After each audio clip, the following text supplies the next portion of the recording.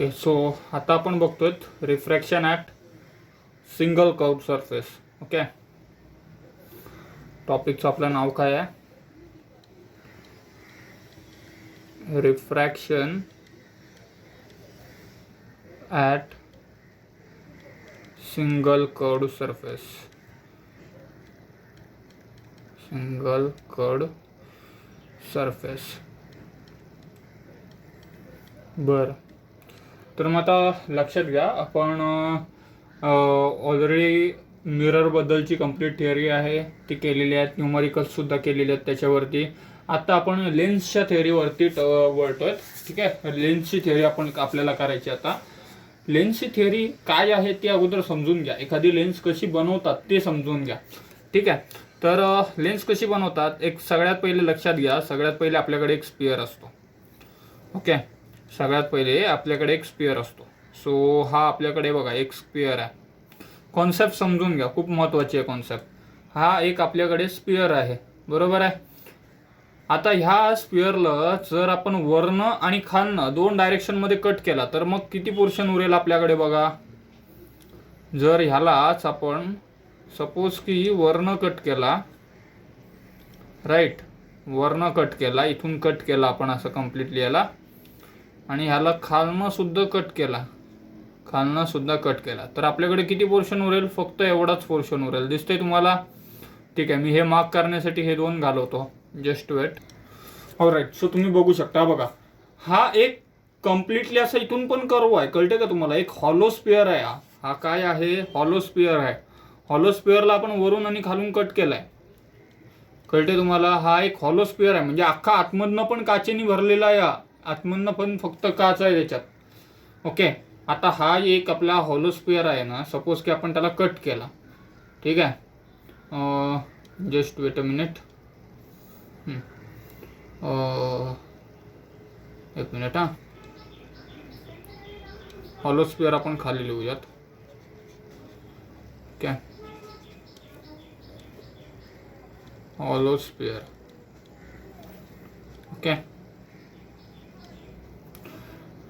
आता हा काय आहे ॲक्च्युअलमध्ये? हा एक हॉलो स्पिअर आहे, बरोबर आहे. आता सपोज की त्याला पण आपण कट केला, एक वेगळ्या सर्कलने आपण त्याला कट केला. ओके, म्हणजे हा बघा, हा पण एक कंपास घेऊया तिथे.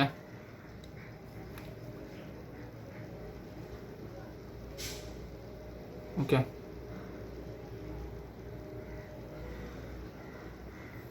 इथे कव करतो मी.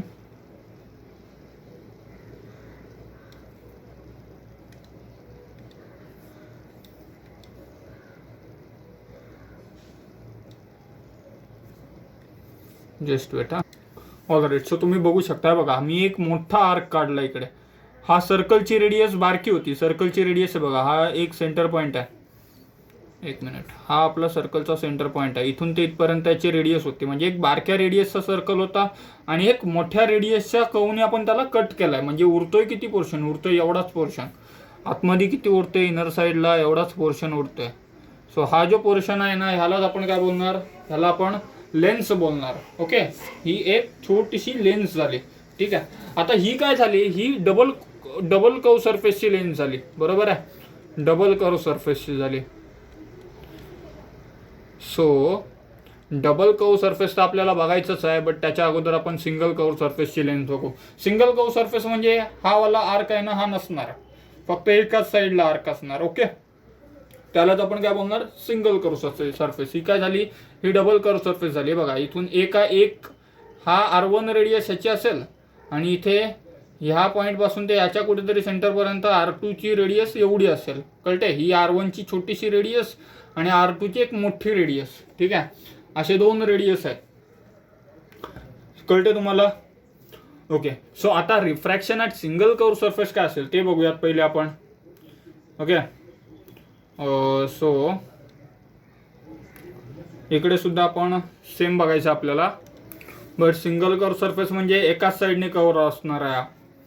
ओके, सो हा बघा, हा आपला आहे ग्लास एक असं, इथून ते इथपर्यंत, इथून ते इथपर्यंत. ओके, आणि ह्या साईडला सपोज की आपण एक काढला ग्लास, वेट मी कंपासने काढतो. सो हा छोटासा कव काढला आहे आणि इकडनं पण एक मिडलमधनं एक लाईन गेले राईट. सो आता आपण ह्यातनं ना एक रे पास करूयात. हा झाला आपला प्रिन्सिपल ॲक्सिस. बघा मी परत बोलतोय, मी सिंगल कर्व सरफेस आपण बघतोय. ठीक आहे, ही काय आहे हे बघा. हा आपला एकाच साईडने कर्व सरफेस आहे, दुसऱ्या साईडने कर्व नाही केला याला. दुसऱ्या साईडचा कर्व सरफेस नाही, एकाच साईडने सिंगल कर्व सरफेस हा. आता सपोज की इथून एक लाईट आपण पास केली, बरोबर आहे. हा काय झाला, याला प्रिन्सिपल ॲक्सिस बोलतात. परत एकदा वाटलेस तर रिपीट करतो मी, याला प्रिन्सिपल ॲक्सिस आहे हा. Okay, principal axis. आता सपोज की आपण यातनं लाईट पास केली. ओके, सो लाईट आपण जर इथून आपला एक ओ पॉईंट ऑब्जेक्ट पॉईंट असेल, इथून आपण लाईट पास केली तर ती लागणार कशाला, ह्या काचेला लागेल. आणि या काचेला लागल्यानंतर ती लाईट आहे ती डेव्हिएट करायला. बघा डिव्हिएट कशी करणार ती पण बघा. इथे एक आपला हे बघा, ही रेडियस बोलल्यानंतर याचा सेंटर पॉईंट कुठेतरी असेल सी, बरोबर आहे. इकडून ते हा पॉईंट इथं एक आपण काय बोलतात, इथे पण याचा एक प्रिन्सिपल ॲक्सिस कन्सिडर करूयात. प्रिन्सिपल ॲक्सिस म्हणजे त्याच्या रिस्पेक्टने ती चेंज होणार. इथून बघा हा एक आपण प्रिन्सिपल ॲक्सिस घेतोय असं. ओके, जस्ट हा इथून थोडासा डेव्हिएट इथे करेक्ट आहे. थोडा याचा कलर चेंज करतो, ग्रे देतो. ठीक आहे, हे बघा हा झाला प्रिन्सिपल ॲक्सिस. आता ही याच्या एका रिस्पेक्टनी चेंज होईल, कळते. आपला अँगल ऑफ इन्सिडन्स कुठला आहे, हा आहे आपला अँगल ऑफ इन्सिडन्स. आणि अँगल ऑफ रिफ्रॅक्शन अगोदर ती रिफ्रॅक्ट होईल, ती बाहेर रिफ्रॅक्ट कुठे होईल, ती ह्या बाजूनी रिफ्रॅक्ट होईल कोणत्या तरी या बाजूला. ठीक आहे, इकडं हा झाला आपला अँगल ऑफ रिफ्रॅक्शन आर. आणि इथे जो आपला पॉईंट भेटतो त्याला आपण बोलूयात आय. आय म्हणजे आपली जी इमेज आहे ती एक्झॅक्ट इथे भेटेल. ठीक आहे, इथून जर आपण एखादी लाईट पास केली तर त्याची इमेज कुठे भेटणार आपल्याला, इथे. हा आपला ओ पॉईंट झाला, बरोबर आहे. आता सगळ्यांची नेमिंग वगैरे करून घेऊयात, प्रत्येकाचे काय काय नाव आहेत ते लिहून घेऊयात. ओके, सो जरा व्यवस्थित बघा. इथून ते इथपर्यंत हा किती डिस्टन्स आहे, हा झाला आर, ही आपली रेडियस झाली. ठीक आहे, सो हे ह्याला बोलणार आपण रेडियस ऑफ कर्वेचर. नेक्स्ट इथून ते आपली इमेज, ह्या सेंटर पॉईंटपासून इथे इमेज, त्याला काय बोलतो आपण, इमेज डिस्टन्स काय असतो, इमेज डिस्टन्स झाला ना तो. इमेज डिस्टन्स आपला असतो व्ही, इमेज डिस्टन्स आपला असतो व्ही. ओके, आणि इथून ते जर ह्या बाजूला बघितलं, ह्या बाजूला जर आपण बघितलं तर त्याला काय बोलणार, ऑब्जेक्ट पॉईंटपर्यंत हा आपला जो डिस्टन्स आहे याला बोलणार आपण you. This is you. So इथे आपल्याला एक रिलेशन भेटतोय बघा. हा वरचा एअर मीडियम आहे, म्हणजे ह्याला आपण μ1 कन्सिडर करू. याचा एक रिफ्रॅक्टिव्ह इंडेक्स असेल. आणि हा झाला डेन्सर मीडियम, हा एक ग्लास आहे, बरोबर आहे. आणि ह्याचा एक डेन्सर मीडियम असेल, मग ह्याचा एक रिफ्रॅक्टिव्ह इंडेक्स असेल, त्याला आपण μ2 बोलणार. मग इथे फॉर्म्युला बघा कसा बनतोय, μ1 म्हणजे पहिल्याचा refractive index into upon U. Sorry, starting ग्लासमधनं करूयात. ग्लासचा रिफ्रॅक्टिव्ह इंडेक्स काय असेल आपला, μ2 असेल. सो μ2 फॉर्म्युला लक्षात घ्या तुम्ही, फॉर μ2 अपॉन व्ही मायनस इथे किती आहे हा μ1. आता हा झाला डेन्सरचा, आता रेअररचा किती आहे μ1 आणि डिस्टन्स किती आहे यू आहे. So μ1 upon U equal to, ह्याला आपण अजून काय बोलू शकतो, ह्याला आपण बोलू शकतो μ2 मायनस μ1 अपॉन आर. ठीक आहे, हा एक रिलेशन आहे, हा तुम्ही लक्षात घ्या. याच्या बेसवरती न्यूमरिकल्स पण आपल्याला करायचे आहेत. ओके, दोन्ही कर्व सरफेससाठी बघणार आहोत आपण न्यूमरिकल्स आता, कॉन्व्हेक्ससाठी सुद्धा आणि कॉन्केव्हसाठी सुद्धा. ओके, सो हा वाला फॉर्म्युला आहे तो लिहून घ्या. आता न्यूमरिकल्स आपण बघणार आहोत. ठीक आहे, सो नेक्स्ट क्वेश्चन आता आपण घेतोय. क्वेश्चनमध्ये बघा काय दिलेलं आहे, a point object is place on air in front of spherical surface of glass with a convex surface toward the object. म्हणजे हवेमधनं आपण काय करतो, हवेमधनं एक ऑब्जेक्ट ठेवलेला आहे, ठीक आहे, आणि त्याच्यासमोर एक स्पेरिकल सरफेस आहे, आणि ती स्पेरिकल सरफेस कशी आहे, ती स्पेरिकल सरफेस कॉन्व्हेक्स आहे, ठीक आहे, टुवर्ड द ऑब्जेक्ट, म्हणजे ऑब्जेक्टच्या समोर ती सरफेस कॉन्व्हेक्स आहे. ऑब्जेक्टच्या समोर म्हणजे इथे आपला ऑब्जेक्ट उभा असेल ना, असं बघा समजून घ्या, इथे आपला ऑब्जेक्ट उभा असेल ना, तर त्याच्या समोर ही सरफेस आहे ती कॉन्व्हेक्स आहे. याला काय बोलतो आपण, याला बोलतो आपण कॉन्व्हेक्स, ठीक आहे. ऑब्जेक्टच्या समोर ती सरफेस कशी आहे, कॉन्व्हेक्स आहे. If the distance between the surface of a surface and object is 20 centimetre, म्हणजे सरफेस आहे आणि ऑब्जेक्ट आहे, बरोबर आहे, त्यांच्यामधला डिस्टन्स किती दिला त्यांनी, 20 centimetre, and radius of curvature. Surface आणि ऑब्जेक्ट म्हणजे कुठला झाला हा झाला, ओके, म्हणजे याची सरफेस आणि हा ऑब्जेक्ट आहे ना, या दोघांमधला डिस्टन्स आहे तो 20 सेंटीमीटर दिला आहे. आणि पुढे काय विचारलं त्यांनी, पुढे विचारलं आहे the radius of curvature is 4 centimetre. Radius of curvature म्हणजे इथून ही आरची व्हॅल्यू किती आहे, 4 centimetre. Find the position of a image, म्हणजे हा बघा, हा ऑब्जेक्टची पोझिशन आहे, म्हणजे हा झाला यू आपला, आणि हा झाला रेडियस ऑफ कर्वेचर. काढायला सांगितलं आहे व्ही म्हणजे त्याची इमेज जिथं पडते तिथं. आपण एक काम करूयात, व्यवस्थित समजण्यासाठी मी मगाची डायग्राम परत घेतो, बरोबर आहे, त्याच्यामध्ये तुम्हाला क्लिअरली समजेल. त्याच्यामध्ये आपण डिटेलिंग पण करूयात. ओके, सो ही आहे आपली मगाची डायग्राम. थोडा स्मॉल करूया त्याला. ओके,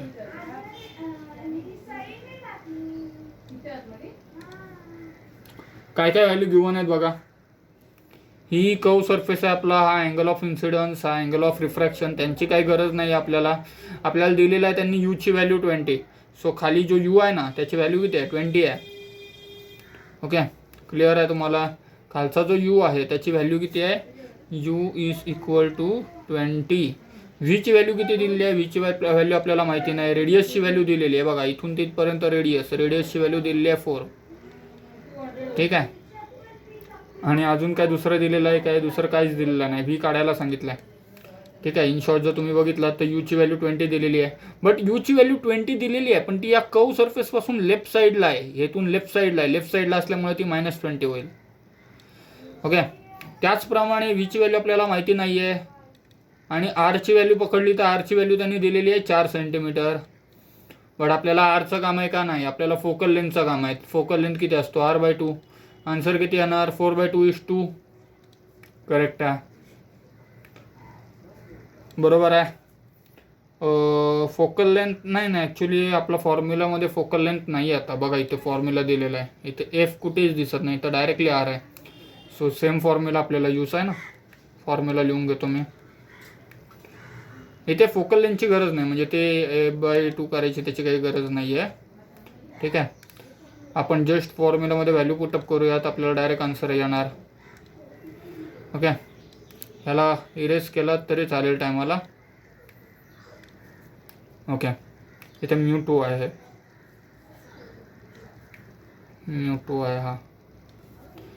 ओके, रिफ्रॅक्टिव्ह इंडेक्स त्यांनी आता काय सांगितलेलं आहे बघा. रिफ्रॅक्टिव्ह इंडेक्स पहिले कशामध्ये होता, हा एअरमध्ये होता, आणि दुसरा म्हणजे ग्लास आहे. आता एअरचा रिफ्रॅक्टिव्ह इंडेक्स किती असतो, एअरचा झाला आपला μ1चा झाला, बरोबर आहे. μ1ची व्हॅल्यू, एअरचा रिफ्रॅक्टिव्ह इंडेक्स कधी पण 1 असतो. त्याचप्रमाणे जर ग्लासचा रिफ्रॅक्टिव्ह इंडेक्स पकडला तर ग्लासचा रिफ्रॅक्टिव्ह इंडेक्स असतो तो किती असतो, ग्लासचा रिफ्रॅक्टिव्ह इंडेक्स 1.6 असतो. ओके, ह्या व्हॅल्यू लक्षात ठेवायच्या आहेत तुम्हाला. ह्या व्हॅल्यू काय करायच्या आहेत तुम्हाला, लक्षात ठेवायच्या आहेत, रिमेंबर करा. नेक्स्ट आता फॉर्म्युलेज यूज करा फक्त. μ2चा आन्सर किती आहे, 1.6 अपॉन व्हीचा आन्सर माहिती नाही, मायनस μ1चा आन्सर किती आहे, 1 अपॉन यूचा आन्सर किती आहे, यूचा आन्सर माहिती आहे आपल्याला -20 आहे. सो मायनस मायनस प्लस झाला हा, इक्वल टू μ2 मायनस μ1 म्हणजे किती, 1.6 मायनस 1 अपॉन आरची व्हॅल्यू किती आहे, 4 आहे, बरोबर आहे. थोडा सॉल्व केला तर आन्सर किती येईल, 1.6 अपॉन व्हीला इथेच ठेवला, हा 1/20 इथे सबट्रॅक्शनला आला, 1.6 मधनं 1 गेला तर किती राहील, 0.6 राहील, अपॉन 4 मायनस 1/20, बरोबर आहे. 0.6ला आपण अजून काय बोलू शकतो, 0.6ला आपण अजून काय बोलू शकतो, 6/10 बोलू शकतो का, मग लिहा तिथे 6/10. इथे 1.6 आहे अपॉन व्ही आहे. ह्याला काय बोलाल 1/10 म्हणजे सॉरी 1/10 नाही येणार 6/10. 6/10 म्हणजे किती 6/10 म्हणजे किती 0.6. सो याला जर 6/10 लिहिलं आपण तर बघा इथे सॉल्व काय होतं इथे. आणि इथे आहे मायनस किती 1/20. खाली बघा खाली 4ने मल्टिप्लाय केलं तर 40 होईल. मग इथे पण बेस सेम करा मल्टिप्लाय बाय 4 डिवाइड बाय 4. काय करतो कळते का एलसीएम घेतो मी थोडक्यात.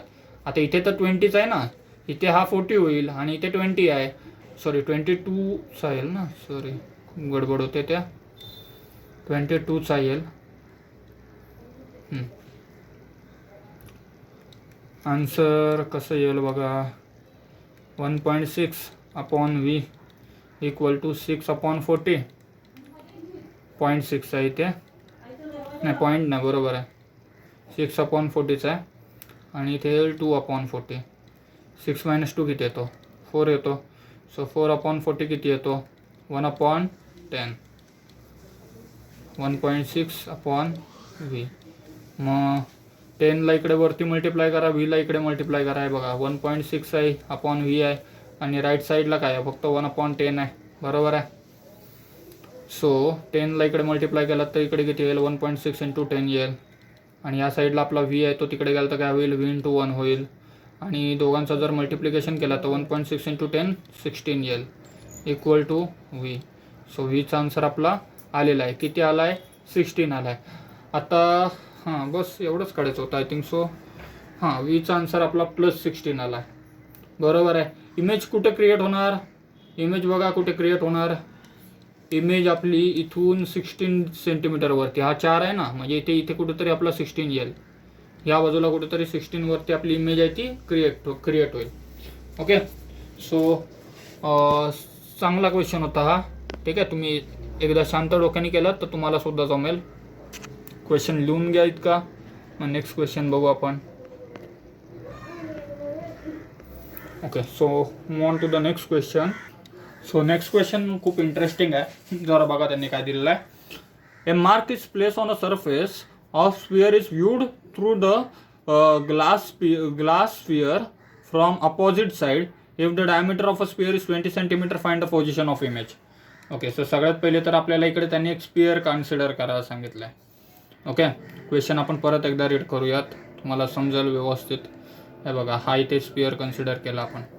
ओके आता जरा क्वेश्चन रीड करा परत. काय दिलं आहे if A mark is place on the surface of a sphere. म्हणजे आपला मार्क आहे ना तो मी सरफेस हे बघा ही एक सरफेस आहे ह्याच्यावरती मी मार्क आहे तो ठेवलेला आहे म्हणजे एक ऑब्जेक्ट आहे तो ठेवलेला आहे. कुठं ठेवला आहे स्फिअरच्या सरफेसवरती ठीक आहे. If A mark is place on a surface of a sphere is view through the glass of a sphere from opposite side. म्हणजे आता हा मार्क मी इथे ठेवलेला आहे बट त्याला बघतोय कुठनं मी त्याला मी या स्फिअरच्या अपोजिट बाजूमधनं म्हणजे इकडे उभा आहे मी इथे मी उभा आहे आणि मी ह्याला इथून ऑब्झर्व करते ठीक आहे. इथून डोळे टाकून बघतो याला की हा मार्क कसा आहे ते ठीक आहे. If the diameter of a sphere is 20 centimetre. त्यांनी डायमीटर ऑफ स्फिअर दिलेली आहे किती दिलेली आहे 20 सेंटीमीटर दिलेली आहे राईट.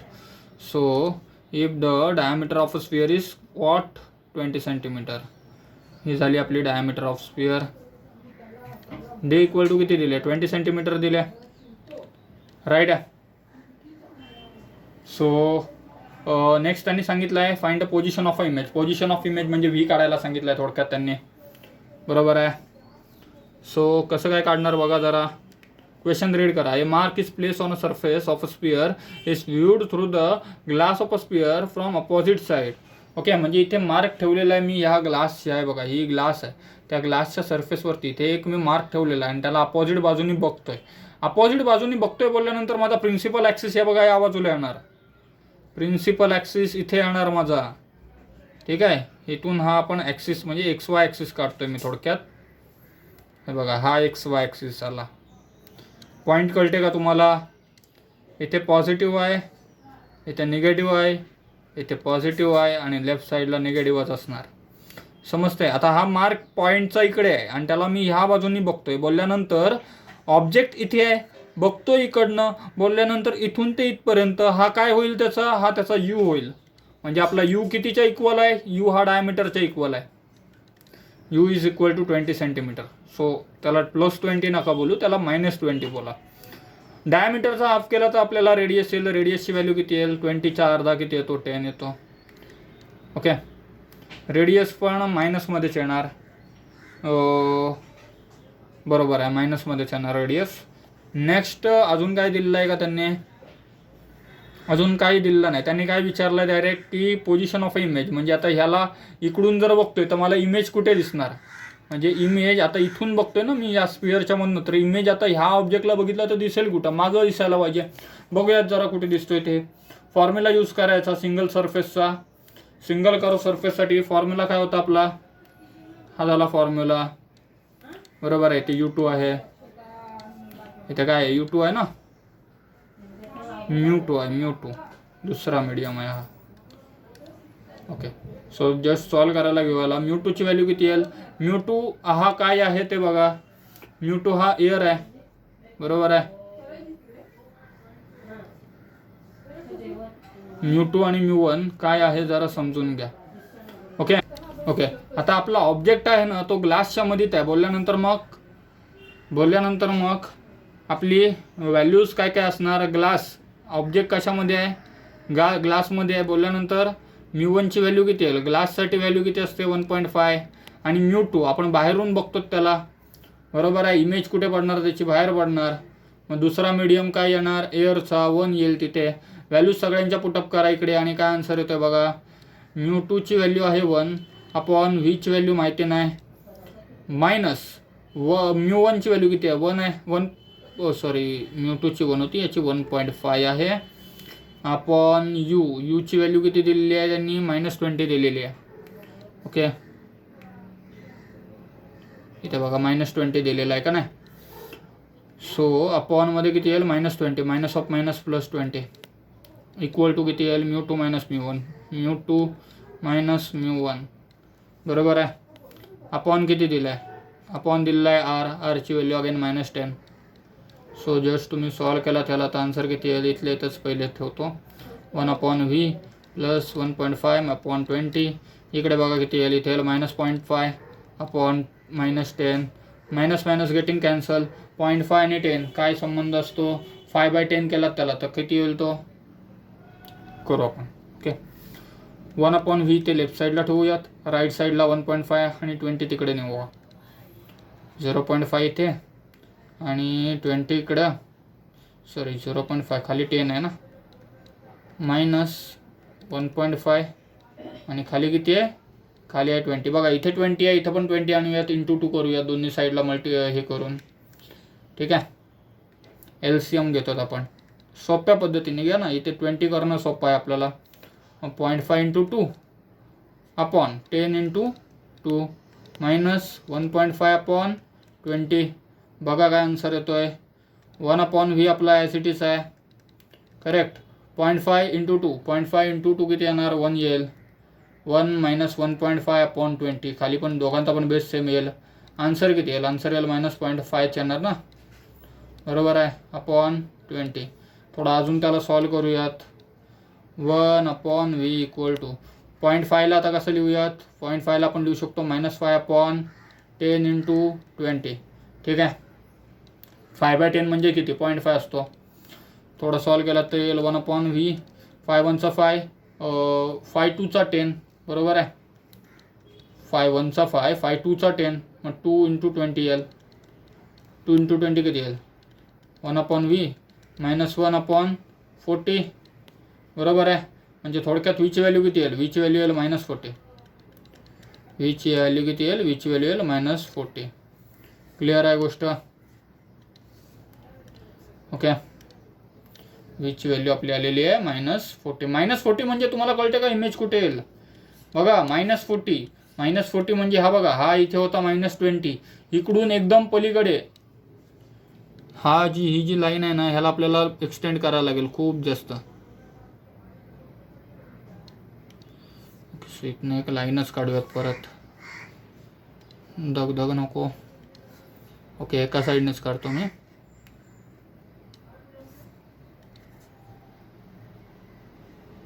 हे बघा, इथून जर आपण बघितलं ना, हा झाला +20.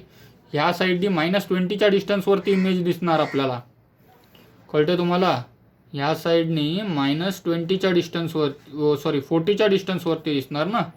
मग इथे V इक्वल टू किती आपला -40 आहे, म्हणजे आपली इमेज आहे ती आपल्याला इकडे कुठेतरी दिसणार, ह्या साईडला इमेज बसणार. म्हणजे ग्लासमधनं आपण इथून ऑब्झर्व केला एखाद्या ऑब्जेक्टला, तो दिसेल कुठे, एवढ्या डिस्टन्सवरती दिसेल. ओके, सो सिम्पल क्वेश्चन होता. आता आपण लेन्सच्या थेअरीबद्दल बघणार आहोत. क्वेश्चन लिहून घ्या तुम्ही हा. ओके ठीक आहे. सो आता आपण लेन्सच्या थेअरीबद्दल बघूयात.